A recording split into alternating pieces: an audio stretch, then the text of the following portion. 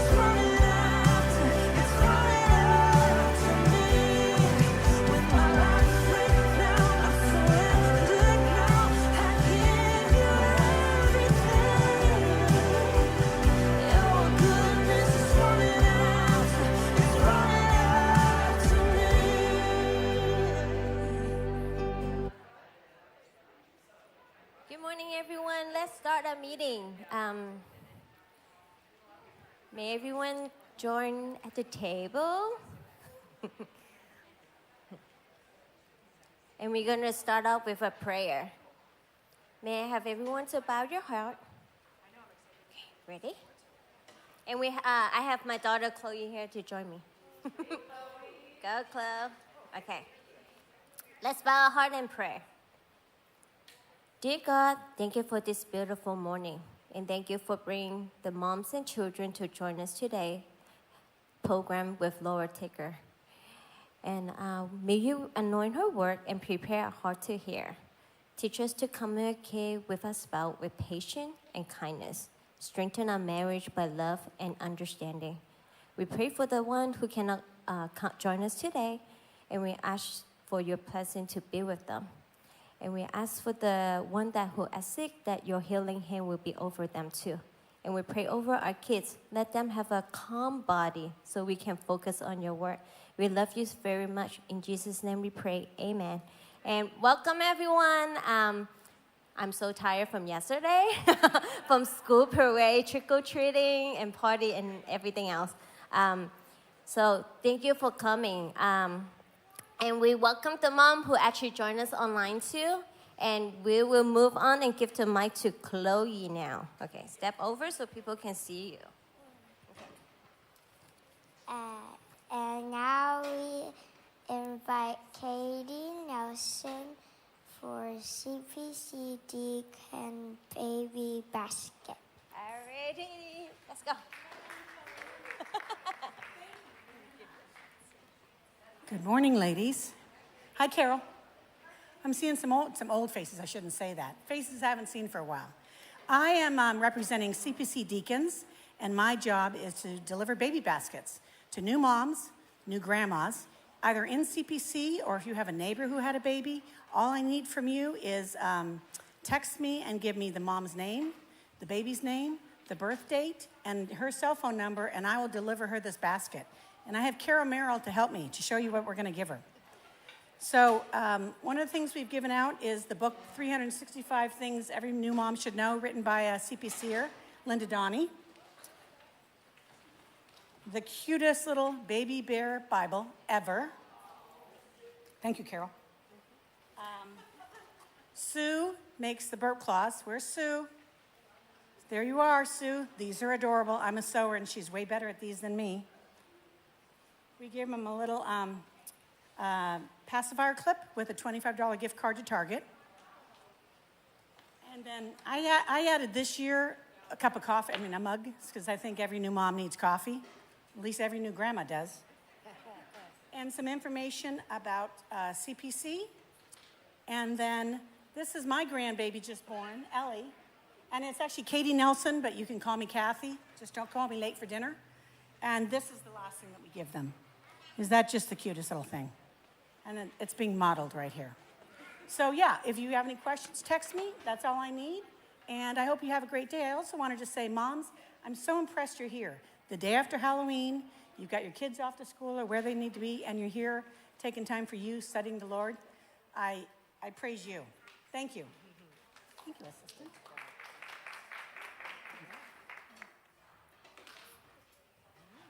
All right, ladies, you have a great day. Okay, so we move on to announcement. So tomorrow, Better Together will have a Friendsgiving potluck, and it will. That would be a big turkey. So everyone should come. It will start at 7 to 8:30, and it will be at the Second Mall Clubhouse. And you need more information, you can just go straight to Michelle. Michelle, wave, yay! And then, so also November 7, the ticket will be open for our CPC Women Christian Bunch, and it will be December 9 from 9:30 to 11:30. And we invite Steph Sawyer to talk about Christmas expectation that center around Christ, to remind us to stay calm during the season and how to find peace, joy, and hope at the end, and enjoy the moment with our friends and family. And we also have Operation Christmas Child Shoebox. Here we go. So each table will be donating one shoebox together. And today I already have the box, thank you, Jessica, that you can pick up for each table.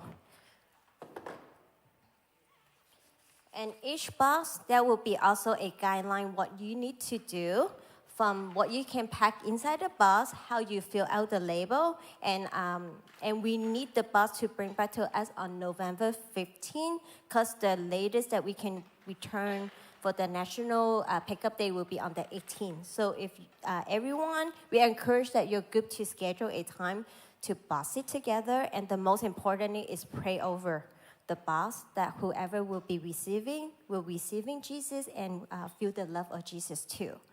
And another thing that we want to share is our team actually is looking for a communicator coordinator to join our leadership team. So this will be the person who will be handling all our Instagram or like all the online, pretty much like advertisement or like announcement, what will be coming up. So if you are interested, you can actually talk to Jen or Sue in the back. Whee! Yep, and then they can actually tell you more detail and what will be the commitment for that. Can we go to the next slide? Thank you. And everyone, please join us the November 7th. Somehow it say play day, so it will be the play day for the moms only. So it will, because we were going to actually be at the wine bar. So it will be 5 to 7, and I believe there is actually an event, and you can RSVP. If you can do that, that would be great, because we want to get the head count so we can actually let the restaurant know ahead of time and reserve the table for us. Anything else? Okay, and then we will move on is introducing a speaker today. And let me find it. Okay.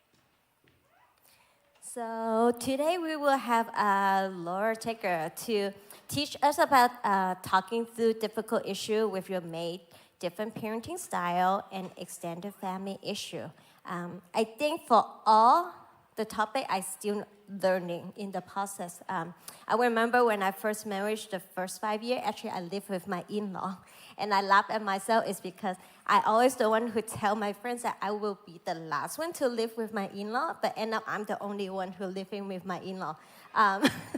It's a challenge, but I always count it as a blessing too, because they actually help us so much, and because they have spent so much time with the kids, they have such a great bonding with the grandparents, and they learn Chinese too, because they actually learn to communicate with them. So I just cannot thank God for putting them into my life. And Laura has been a licensed marriage and family therapy for over 35 years.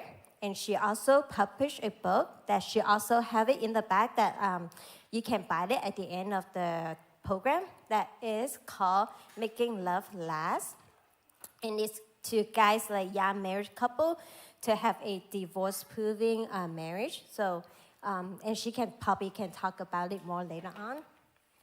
And she enjoy everything about outdoor. So hiking, golfing, kayaking, cycling.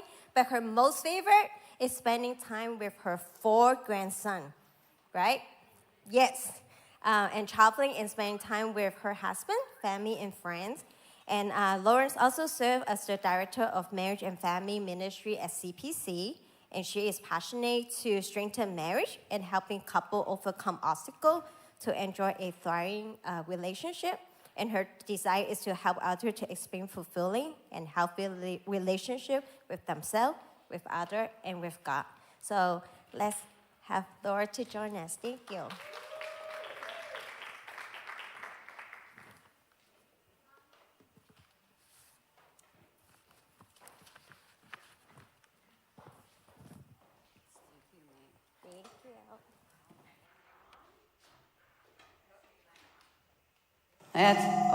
There I am. Ooh, okay. Well, May, I think you could probably teach part of this talk today because of all your experience living with your in-laws. So I'm really excited about the opportunity to share with you today some practical tips on how to talk through those really difficult issues with your mate. In my over 35 years of doing marital therapy, 2 issues seem to surface a lot, and one is how to navigate those relationships with extended family and in-laws, and how to raise your kids when your parenting styles are quite different. So today in this talk, I'm going to talk about why it is we come to impasses anyway with our spouse on difficult issues, and a few tips about those sticky subjects, and then also just help you communicate more effectively on any issue that you might address with your mate. So why is communicating with your husband such a challenge? Well, it's a challenge for many reasons. One is that you are just different. You've come from different upbringings. You have different histories. You probably have different perceptions of what words mean. For instance, maybe what it means to be on time. You know, some of you may have a feeling like being on time is being 5 minutes early. The other one, hey, if you're within the next 15 minutes, it's good enough, right? So different timeliness is different. Or cleanliness. Some of you may be really neatniks and others may be really able to tolerate a certain amount of clutter. So we're different in the way we see many things.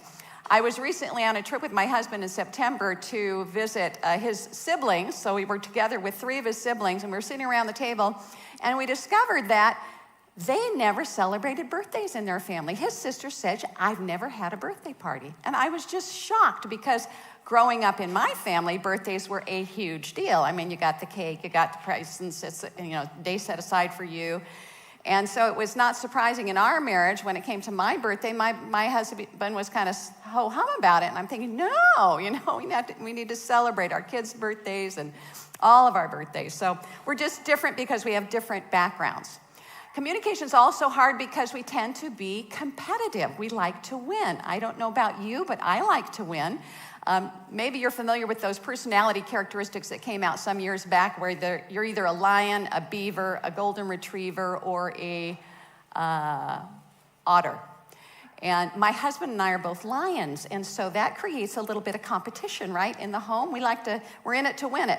And so that creates some difficulty, challenges for communication. Another reason we have difficult times is that listening is really hard. It is not an easy thing to do. It is not a natural thing to do. It's just hard. Most of us, if we're honest with ourselves, we'd much prefer to be listened to and understood than to take the time to listen and understand the other. So listening is hard. Another reason we have differences that are difficult to overcome is that we have triggers. And triggers are when our past hurts create a lot of reactivity inside of us and just shut us down to what is being said.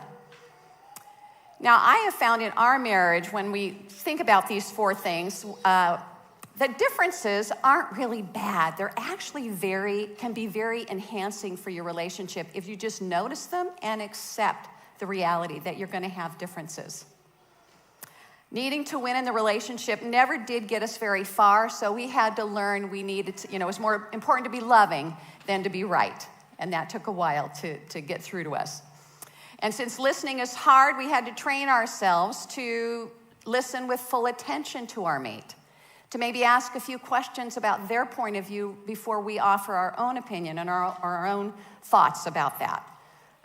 Because listening really, I think, is the most loving thing we can do in a marriage relationship. And so it's really important to learn how to do that. But of all the things I'm mentioning, I think triggers causes the most problems in communication. They're difficult to identify and they're difficult to rein in. We tend to justify ourselves when we get triggered. You know, we blame the situation or what the other person said. And we miss that opportunity just to get curious about why we reacted as we do.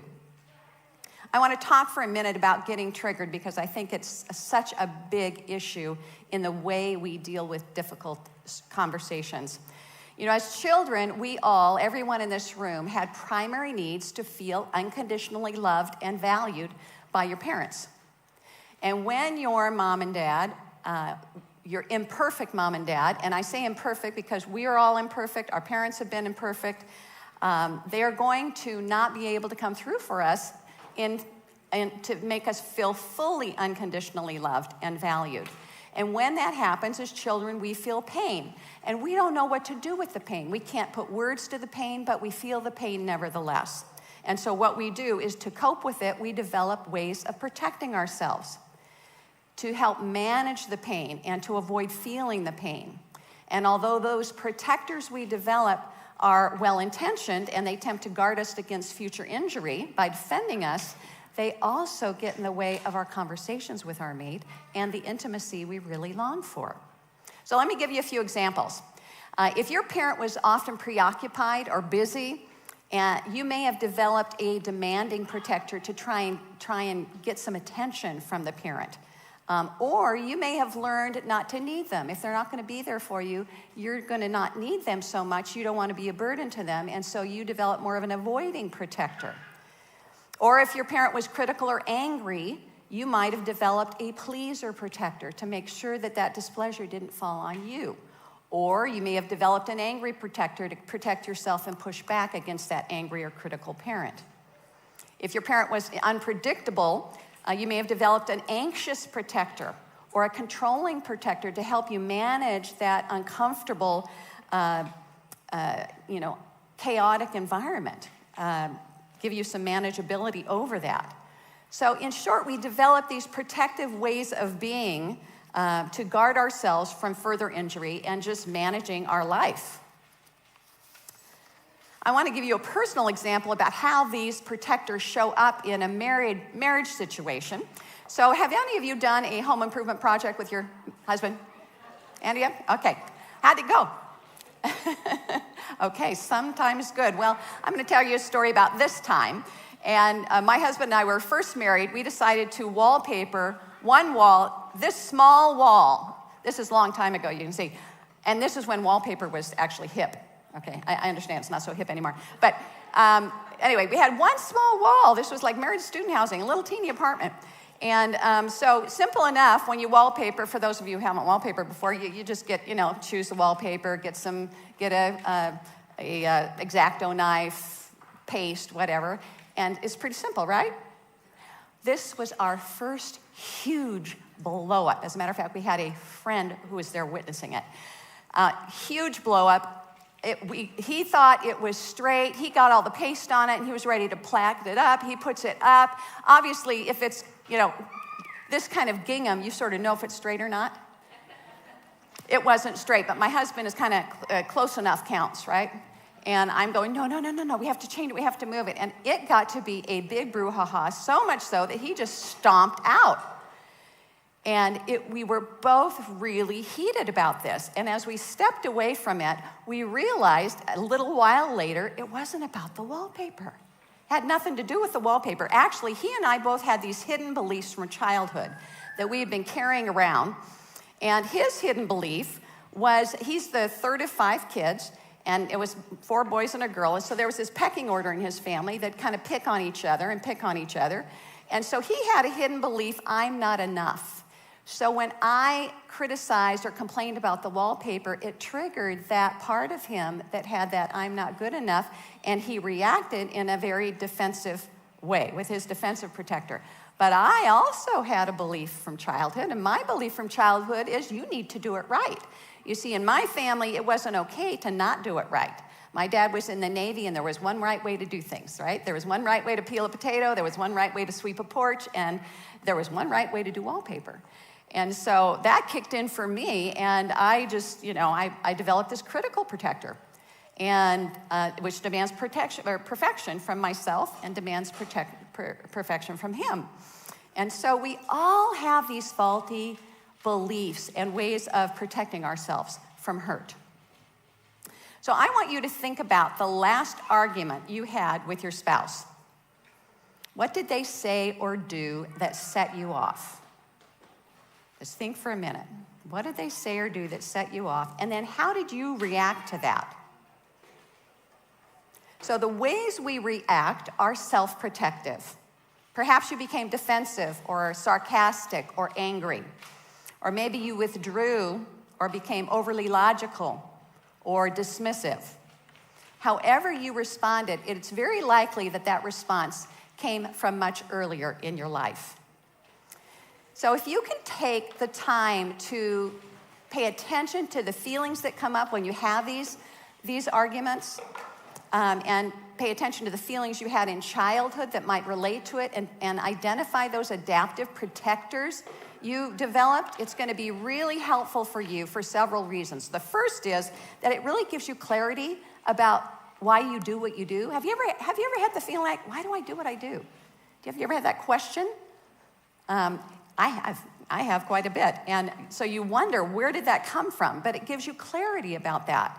It also helps you have compassion for yourself. You know, the reason we're so defended and we hide things we don't like about ourselves is we have very little self-compassion.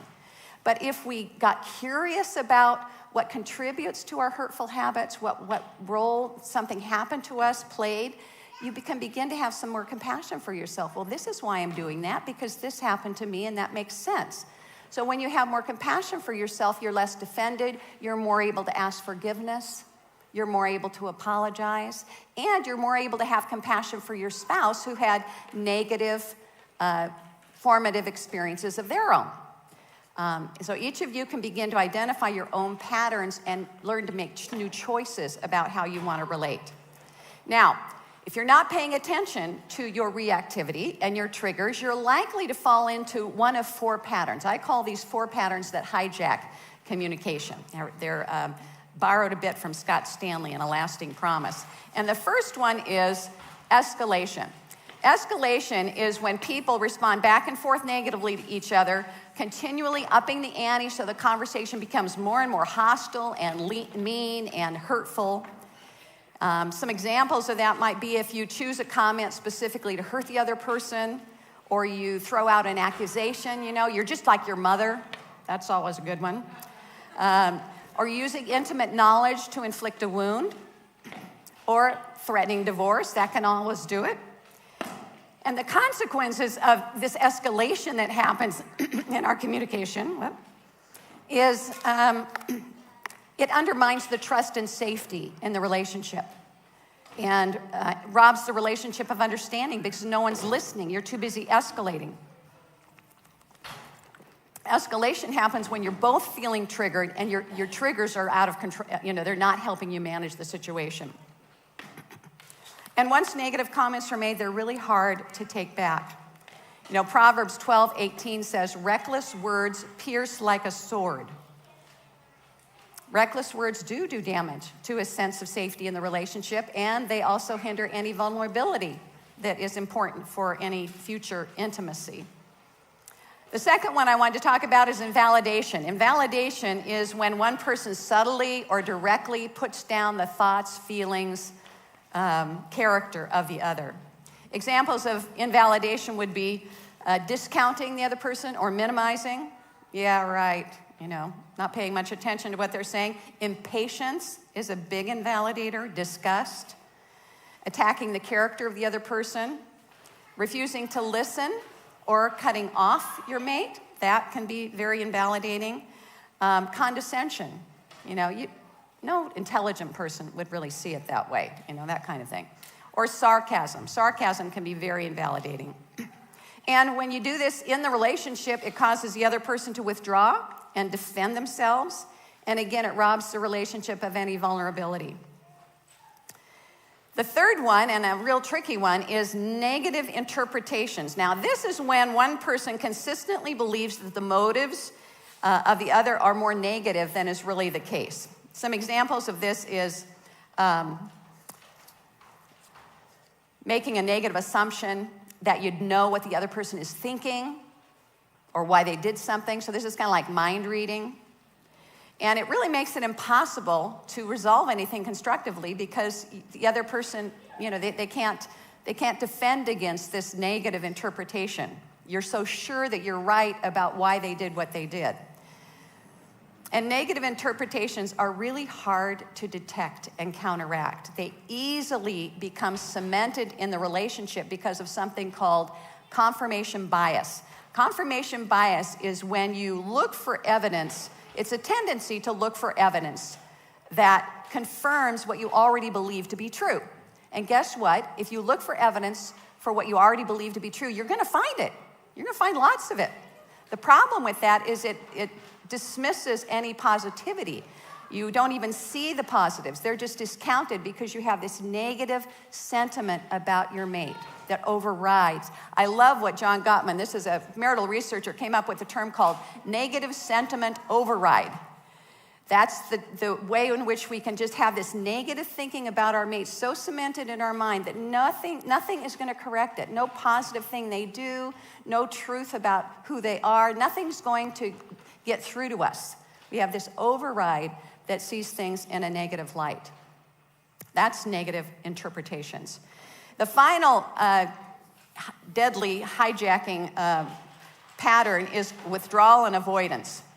And this is when one or both show an unwillingness to stay in important conversations. And examples of this, you probably have many of your own, but getting up and leaving a discussion, obviously. You can even withdraw through some other good things. For instance, you can withdraw through your children. You know, you just turn all your attention toward the children and withdraw from spouse. Or certainly our technology, our computers, our phones, our iPads, whatever. We can, focus our attention there and avoid our spouse. And if this goes on in a relationship where there's withdrawal and avoidance on one or both parts, it really leads to a lot of unresolved conflict. It creates estrangement.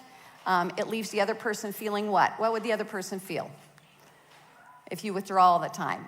Lonely, angry, frustrated, unloved. Now, all four of these patterns are very common in couples that are in conflict, but if you're able to pay attention to the way your protectors enter in and fuel these patterns, and learn how to calm them down, you're gonna have a lot more productive conversations, even about the most difficult issues. Now, I mentioned John Gottman to you. He is a marital researcher. You may have heard of him. He studied 650 couples over a period of 14 years. And he had a key finding that came out of his research. And that key finding was 69% of the problems you're going to have in your marriage relationship are going to be perpetual problems. That means they're going to be there for the life of your relationship. Now, some of you may think, oh no, I was hoping to get over that one. But to me, it was very comforting to realize that that's why we go back to that thing over and over and over again, because a lot of our problems are going to happen over and over. So the key is, if they're going to happen over and over, it's not if we're going to argue about them, it's how we're going to argue about them. That's the most important thing. So we want to be able to talk about the problem without damaging the relationship.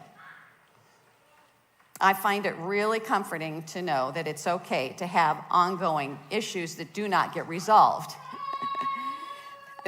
Psychologist Dan Wilde said, when choosing a long-term partner, you will inevitably be choosing a partner, a particular set of unsolvable problems that you'll be grappling with for the next 10, 20, or 50 years. So he confirmed that. So we're going to have problems, and here's how Albert Einstein thought about it. He said, women marry men hoping they will change. Men marry women hoping they will not. So each is inevitably disappointed. So true. So we are going to have problems. Now, given what he had to say, which partner is more likely to bring up a touchy issue? What do you think? Women, yes. Women are likely to bring it up.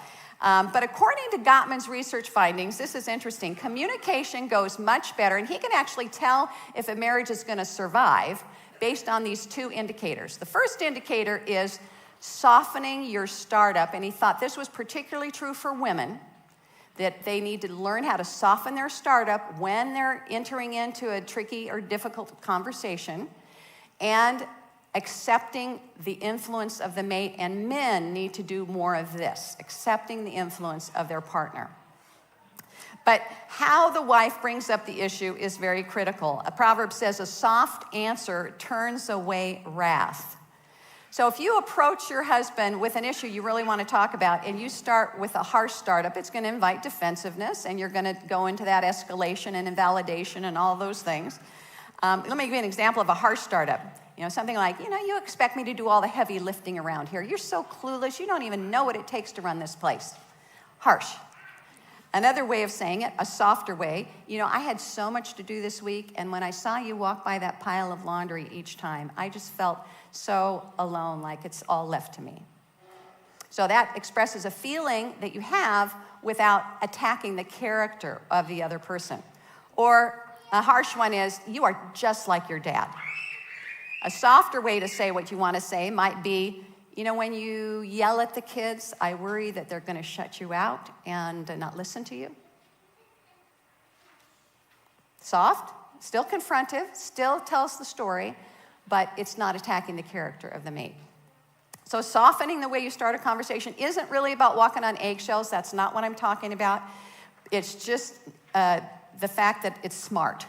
Nobody likes to be put on the defensive or attacked, and it's just a smart way to get your point across. So I want to talk for a moment about how to soften your startup when you're talking about different parenting styles, okay? We are bound to have differences in the way we parent. You and your spouse have been raised in different houses and different homes, and it's predictable you're going to see things differently when it comes to how you parent. So I grew up in a very structured home. There were clearly defined roles in my house. My parents were both teachers, and so they taught us how to do chores. We had chore charts. There was harsher discipline. As I said, my dad had one right way to do things, so there was a little firmer discipline, but the roles were clearly defined. The expectations were clearly defined. That was my home. My husband grew up in a much less structured home, a looser home. There were expectations, but they were kind of not clearly articulated, but they were there, they were felt.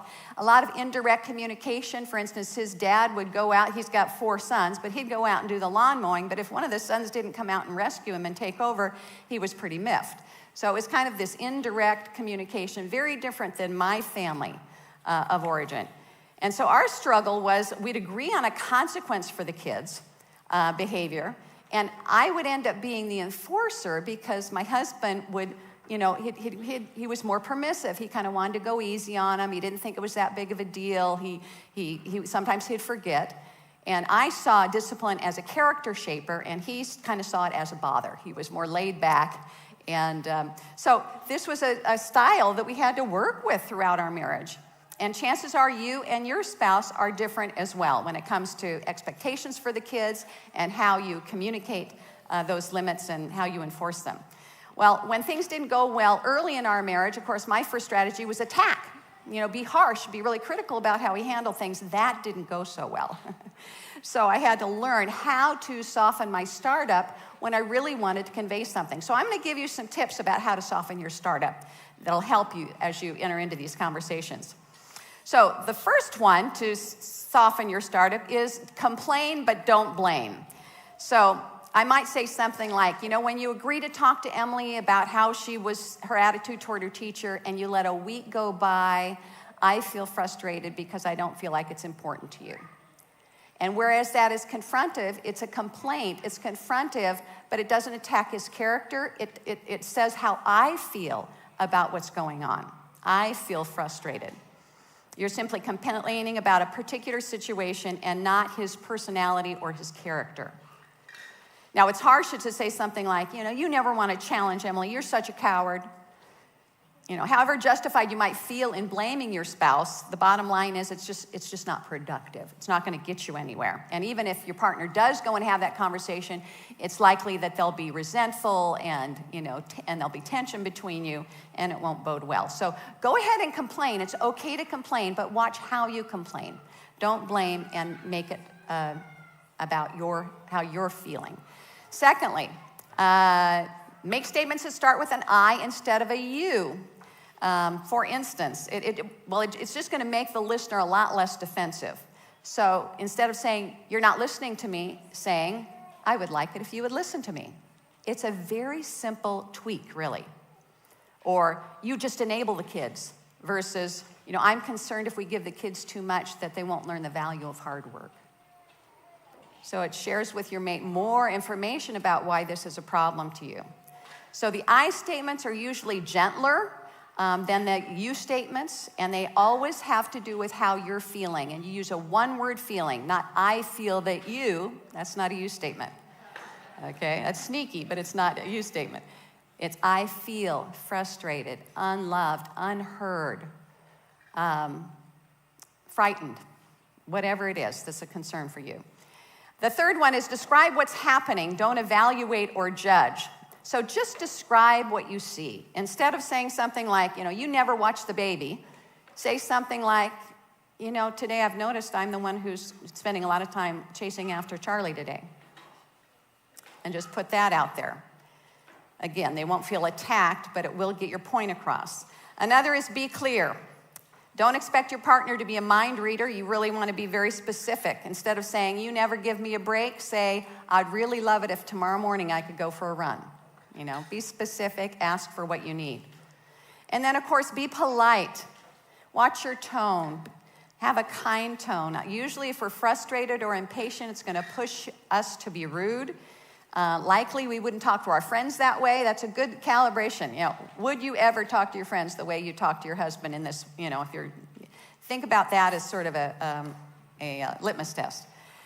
The sixth one is be appreciative. This is really important. If your partner has handled something previously in a good way, in a better way, then couch your request in that appreciation. Say, you know, I really, instead of saying something like, you know, you never plan a fun family day, say, you know, I remember when we used to go to the beach together and it was so much fun as a family. I'd really love to do that again. Could we put that on the calendar? So just more positive, couched within an appreciation for what they've done previously. And then the last one is don't store things up. This is really important. It is really hard to be gentle when you are bursting with negativity. So don't wait too long before you bring up an issue because it's just going to escalate in your mind. So that is how to soften your startup. I'd encourage you to practice this week and see how it goes. The second thing I mentioned was accepting the influence of your mate. And this is more for guys than the wives. But there's one area that I think we wives don't accept the influence of our husbands very easily, and that is in parenting. Because we're with the kids more. We are in tune with the kids more. We are emotionally in tune with the kids sometimes more. And we have a lot more confidence in our perception of what the kids need.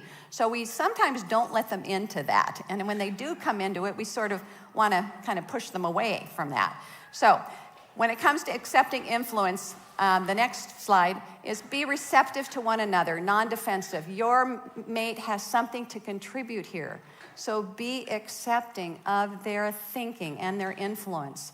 Listen in an open-hearted way. Accepting influence, you need to be a good listener because you need to hear what the spouse is intending. Really, accepting influence is about honoring and respecting the mate versus being prideful and wanting to be the one who has the say, being powerful. Interesting statistic that has to do with the men. Gottman said that when a man is not willing to accept the influence from his wife, there's an 81% chance that the marriage will self-destruct. So accepting influence is a very important thing for a man to be able to learn for the sake of his marriage.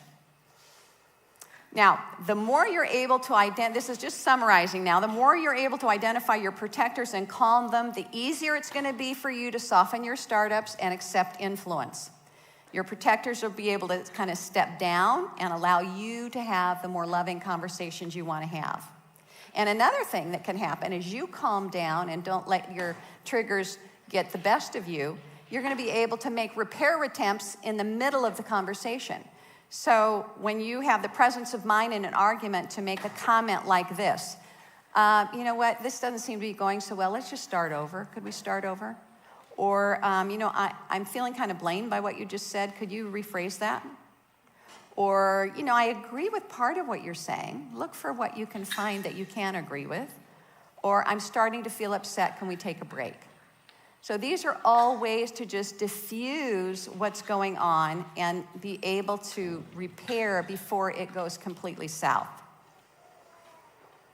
So using this communication tips can be helpful to discuss your very different parenting styles. I also think finding a good parenting book is really an essential thing. Find a good parenting book and read it together, discussing how you can apply it to your own family life. I use Parenting with Love and Logic quite a lot, but there's a lot of other good books that are out there. You can share that at your tables later if you'd like. But the point of reading a book together is to help you get on a more similar page in your parenting and to give you some fresh ideas. Hey, sometimes we run out of ideas about how to parent. We need some help. So I encourage you to do that. All right, so we've talked about managing your own reactivity, noticing your protectors, calming them down so you can soften your startup, accepting influence. So now let's take what we've learned and apply it to extended family issues. In my years of marital counseling, I found this to be a big one. When we get married, we may or may not realize that we are not just marrying one person. We're marrying into a family and a family group. For better or for worse, we adopt the mate's family. And the reality is their family is going to be very different from yours. That is a given. I hope you knew that from the start. It's normal to have a sense of loyalty to your own family because you grew up there, right? You have an affinity to them. You think their way of doing things and seeing things is usually right or better or more accurate. And this is fine to one extent, but it can make you less receptive to your spouse's family. You've heard the Bible verse about leaving and cleaving, right? And yet the ability for a couple to leave their family of origin and cleave to their new partner can be hindered by two things. One is parents who are unwilling to let go of their child and respect the new marital bond. Some of you have had that experience. And then adult children who fear disappointing their parents. That can be a reason for hindering the leaving and cleaving. And in these families, it's really challenging to set boundaries with the demands or expectations of parents. But it's vitally important that you and your husband be able to communicate openly about how to navigate these relationships. One couple I was seeing was having what they called in-law problems, and the husband's mother was insisting that they spend holidays with them. And the problem being that when they would go to the mother's home, the mother was often very critical of daughter-in-law for how she was handling the kids, critical for what she brought to the family table, the food, whatever. Anyway, she was very critical, and her son would never intervene when the mom was critical, and the wife had it. And so after the last time they visited there, the wife blew up in the car, and as they were driving home, and he just shut her down.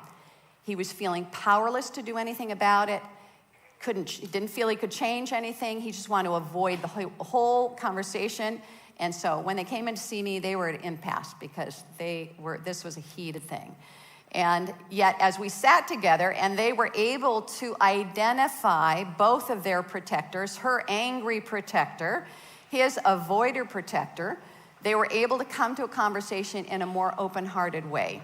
She was able to soften her startup by saying, I know your family's important to you, and I want to look forward to visiting your family. But when your mom is critical and you don't step in, I feel abandoned, I feel vulnerable, I feel unloved, and I would hope that you would step in, because if you'd step in, I'd feel better about being there. So she just expressed her own feelings about what was going on, didn't attack him. And the husband was able to hear this because he wasn't feeling attacked. And there was a clear ask for change on her part.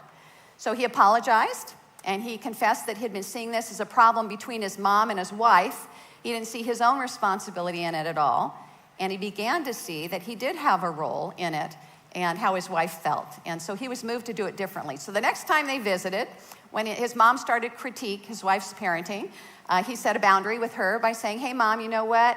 You did a great job parenting me, and I'm very appreciative of it, but now it's our turn to parent our own children, and that would appreciate it if you just leave that to us. Well, she was kind of startled. She didn't like that very much. She backed off at that time, but when she tried to interfere on a subsequent visit, he kept it up, and he just said, hey, Mom, we got this. That's all he had to say. We got this. And so up to now, there has been no more interference. So he was able to stand up. So the wife softened her startup, sharing her feelings without attacking her husband. He was able to hear her differently and protect her. And he was also willing to accept her influence, that the perception that the mom was critical. He was able to see that. And so it can really be effective. So calming the protectors, using the softened startup can be really helpful. Now, understanding how to leave your parents is also important. You want to leave but still honor them to maintain a healthy balance. Remember the Exodus 20:12, where it says to honor your parents. That means that when you leave them, you need to go with respect and love and appreciation for what they've done for you. So it doesn't mean permanently withdrawing from them or no longer having a good relationship with them or cutting off from them. That's isolating yourself. That's not leaving them. But it is important to make that break and sever your dependence on them. So I'm going to give you a few tips to keep that healthy relationship strong with your spouse and with your parents. So probably most of you've been married long enough that you did come up with a plan for the holidays. Tell me if you did you? I hope you did. Because that's the first one. Come up with a plan regarding where you're going to spend holidays. Do this early in your marriage, and let both parents know far in advance of your plans. So keeping everybody informed helps reduce the frustration of these unfulfilled expectations of mom and dad. And then whenever there's an issue, just like in my example with the husband, the blood relative should be the one to take the lead in setting limits with the parents. So if it's your parents, it's you. If it's your husband's parents, it's him. Take the lead in setting limits. You don't want to be the bad guy with your spouse's family and vice versa. So make sure that that person talks to his own parents or her own parents. Your spouse's opinions, feelings always do come first, so be sure you check out with your spouse. Before you ask the opinion or influence of your parents, make sure you check that out with your spouse first, because ultimately it's what you two feel that's going to determine what's right for your family and what's right for your marriage. Also, try not to say anything critical of your in-laws' personalities or family traits that your spouse hasn't already divulged. Don't be an eager critic of your in-laws, or you're likely to stir up a pretty defensive protector in your mate. And then if you feel caught in the middle, like this husband did, between your spouse and your family, get out of the middle. Staying in the middle is actually disloyal to your spouse. So iron it out first with them until you reach a solution you can both live with. And then when you're setting limits on parents that are expecting too much or acting unfairly, concentrate on what you want and ask for what you want. Don't criticize them for their overall way of being as in-laws. So I do hope you'll be able to use these practical tips and tools to have some better conversations with about different parenting styles and extended family, but also about any challenging issues you might face. I want to close with my favorite verse related to marriage, and it says, therefore, this is Colossians 3, verses 12 to 14. Therefore, as God's chosen people, you are chosen by him, holy and dearly loved. You are also incredibly loved. You know, if we know we're really loved, we can let our protectors relax a little bit, because we really know we're loved and received. Holy and dearly loved, clothe yourselves with compassion, kindness, humility, gentleness, patience. All qualities that come from a place of calmness. We're not getting triggered. We've been able to put our triggers aside and react with compassion, kindness, humility, gentleness, and patience. Bear with each other. We're going to have things to bear. We're going to have perpetual problems for the life of our marriage. There's some bearing that's going to need to be done. Bear with each other and forgive one another if any of you has a grievance against the other. Forgive as the Lord forgave you, and that's a lot. And over all these virtues, put on love. So I commend you that verse. I think that's a verse you may want to put on your mirror at home and just look at each time you find yourself getting triggered. So in conclusion, I want to share with you, my book, Making Love Last, does have a lot more practical tools, and it will help you communicating also and working with your protectors. It has a section on that. I would love to stay in touch with you, and I think I have some places on my slide, my website, my Facebook, my Instagram. Please feel free to reach out to me. I'd love to give away a book also today, and I don't know how you want to do that, May or Jan. But anyway, I think they'll take care of a book giveaway for you. All right. Lord, is it okay that we do like a 5-minute Q&A? Oh, let's do a Q&A. Yeah, yes. I'm happy to do If anyone have a question,